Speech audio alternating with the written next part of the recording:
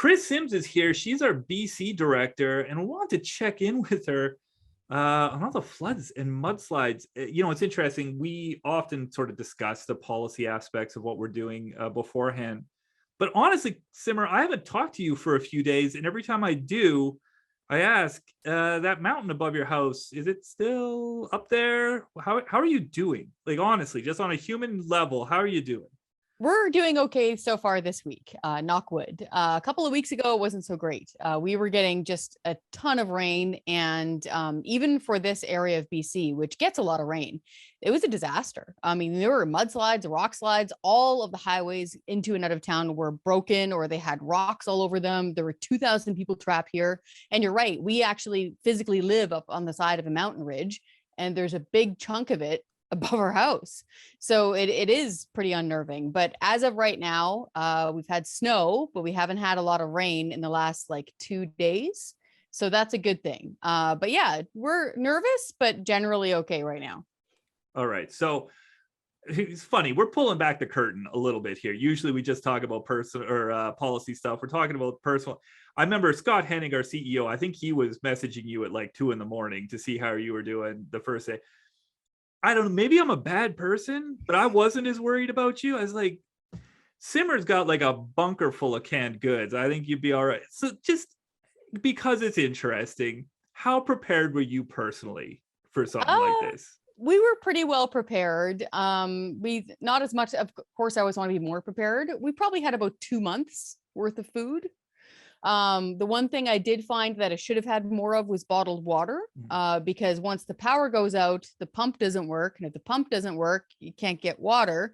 And I didn't want to have to resort to, I have very specialized filtration units for water. If in the event we need to like run for the hills and drink out of puddles, I own those, but I didn't want to have to use them if I didn't have to. So now that things have mostly gotten back to normal, I'm storing up a lot more bottled water than I had before. But generally speaking, with the canned goods and medical supplies and dog food and stuff for the dog, we had about 2 months worth of food. Dog food. That's what. It's funny. I bought the water purification tablets. Like worst case scenario, I could rummage through the house and find those somewhere. Yeah. Smart on the dog food though. That guy, he gets hungry fast. So people don't think of that. There's a regular medication that you might take, dog food, any sort of pet food. Make sure you're stocked up on that stuff. It's easy to remember your kids, of course, with the ravioli, but you want to keep the dog fed. So it's true. Well, listen, I'm glad you're okay. And I'm kind of joking. Like I do worry about you sometimes, but there's other people on the team I worry about more in a situation like this. I'll put it that way. Yeah, okay. Scott was actually messaging me at 3 a.m. He's like, we're getting alerts like out there in Alberta about this because it was torrential. Like I could hear it pounding on the roof. The power was out. It was out here for like 3 days. So I said, no, we got the wood fire going. We're good to go. And I actually ran some like blankets and stuff down to the local high school, and shout out to my local high school principal. She got up at 3 a.m, pitch black, opened up the local high school and got those almost 2,000 people stranded in to that school, which had a diesel backup generator. So they had heat and they had running water and showers. So kudos there. A lot of folks really pulled together. Yeah. I have no desire to go back to high school generally, but I feel like in that pinch, boy, that roof would be a pretty welcome sight in that situation. Yeah. Okay, let's go back to the stuff we deal with all the time. I'm really glad you're okay. And so far, so good. But all right, this disaster. I feel a little crass asking, but this is our job. How much is this thing going to cost us? Billions.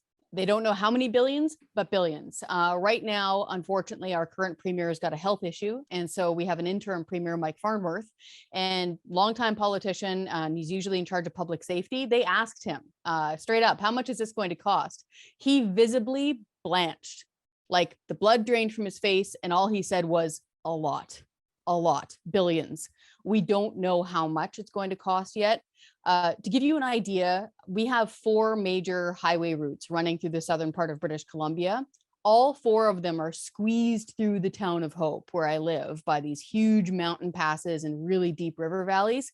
All 4 of them were smashed to smithereens. I mean, in some cases, the mountainside they were built on is gone. It's not like you get a little backhoe and you clean up the mud. We're used to that. They're gone. Railway beds are undermined. The Coquihalla Highway, for folks who've ever seen the show Highway Through Hell, where they bring in heavy wreckers, they have about 8,000 truck trips through that a day through the Coquihalla. It's gone in like 14 places. So that's going to take months and months. And then you get into something like the Sumas Prairie or the Sumas Plain, which stays that way only because of an artificial pump house. It's usually a lake bed. That pump house is in severe need of repair and replacement. We don't know how much that's going to cost either. I just drove through there yesterday to try to get some Christmas shopping done, and the water is still like that far away from hitting the highway. When you're driving across it, it looks like you're driving across a causeway across a lake. Like, it doesn't look like you're driving through farmland. So yeah, billions of dollars. Man, this kind of feels like when you take your car in, there's something funny sounding there, and then the mechanic's like, this is going to cost a lot. And you're like, oh boy. Yeah. When they tell you to take a seat. Yeah. Yeah, exactly. It's that kind of feeling. Okay. Yeah. On a much bigger scale, obviously. So that's, in that circumstance, in that analogy, the first thing you're thinking is, how's my bank account look? Like, if this is a new transmission, are we going to be able to float this thing? So what's BC's bank account looking like? How prepared was the province financially for something like this? Well, I'll try to be fair. Before COVID hit, they were balancing the operating budget. And so here in British Columbia, they take balanced budgets pretty seriously, meaning if you don't balance it, the ministers responsible for their departments running a deficit take a pay cut. Like, it's written right into the law. So they were balancing that side of things, but they were upping their capital spending. So for stuff like roads and bridges and tunnels and whatever else they can kind of sweep into the capital spending side of the books, that was going up. And our debt, I think at the time it was $74 billion, and it's ticking up, of course, day by day. So not awful, but not great. If I compared it to the federal government, our economic situation, the way we balance our books, was like a reasonably well-maintained minivan compared to a Pinto that's already on fire. That's in Ottawa. So they were doing okay before COVID. Right now, they're going to be looking for money. And that's the problem. So good that the folks closest to it in Victoria at the legislature there have some room to move on this. Yeah. But the point of having a national government, to a large extent, is so that we can help each other out in different regions when we're up against it. How confident do you feel like for Ottawa helping out in the fiscal capacity there? What's your level of confidence there? Almost zero. I mean, they're going to do it, right? You and I were talking about this offline a couple of days ago. It's like going to your uncle who's like a serious shopaholic, and he's like on his 5th credit card. That one's almost maxed out, and now all of a sudden you need grocery money. It's like going to that uncle for your grocery money. He's going to do it, but he's going to, fill up the last of that 5th store card that he's got. So it's going to have a lot of interest on it. It's going to cause a lot of hardship.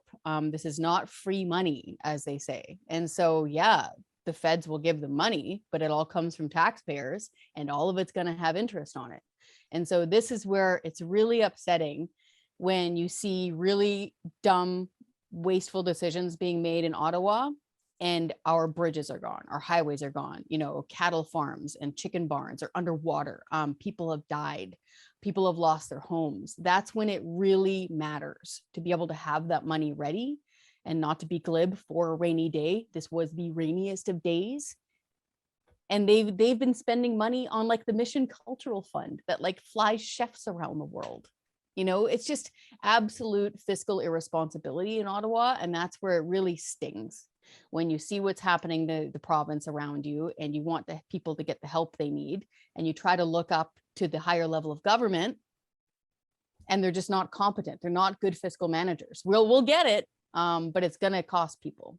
And we're going to pay for it for a long time. Okay. Yep. It's depressing to look back on this. I got to say, like, even though I know this stuff, it's depressing. So let's use this as a learning experience. I think a lot of us have had this kind of learning experience. If you use the car analogy again, where you're like, you knew you could make the payments on the car, but you didn't think it through. What happens if, the gaskets blow and you need to do a big repair, but then you learn about it from next time. So if we've learned anything from the pandemic and now these floods and these things happen, and this might not be the last disaster. So if we're going to take a learning experience out of this and do better for next time, what do we learn from this? Don't waste money on frivolous, meaningless things, because you're going to have it handy in a real emergency. And this is a real emergency. Like, to give you an idea with what I just said, billions and billions. So right now, the current Trans Mountain pipeline, it's not broken or anything, but because of the floods that happened, it's compromised. So they've had to suspend usage of it. That has resulted in all of us needing to ration our gasoline to 30 liters per visit. That means you can't do a lot of traveling right now, even for work, even for commuting. We spent more than $10 billion on the Trans Mountain pipeline, buying the thing and then having to twin it ourselves as taxpayers. And we didn't have to. Trudeau didn't need to do that. We had a private company more than willing to pay for it themselves and employ people for years for a project that had had about 5 years of green lights from the federal government. That was completely unnecessary spending. Billions of dollars gone right there that would be really handy right now for British Columbia. So yeah, the main lesson is don't waste money on silly things, because you're really going to need it someday. Yeah, it's funny. Every time I've ever talked to a politician, especially when they're borrowing money, they always say, well, we just got to do it right now because things are in tough.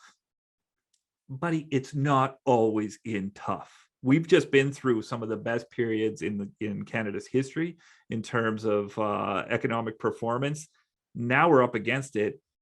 Should have been more careful then. We need to be more careful in the future. All right, Simmer. I think I'm going to let you go. You got to go pick up your kids that are playing outside in the snow, hopefully still the snow, not the rain. And I think I need to go pick up some more dog food probably, just to make sure I'm learning from this situation as well. All right. Thank you so much. Thank you. Hi, I'm Scott Hennig, president of the Canadian Taxpayers Federation. If you've got another minute, I'd like to ask you to think about the one person you know that would really enjoy listening to this podcast. Do us a favor and do them a favor and send them a quick note to let them know about it. At the Canadian Taxpayers Federation, we believe there is power in numbers. That's why we've worked so hard to build an army of taxpayers who are ready to push back. And we did it because people like you shared our work with that one person that they knew would really appreciate taking part. Thanks for listening, and thanks for doing your part to make Canada a better place.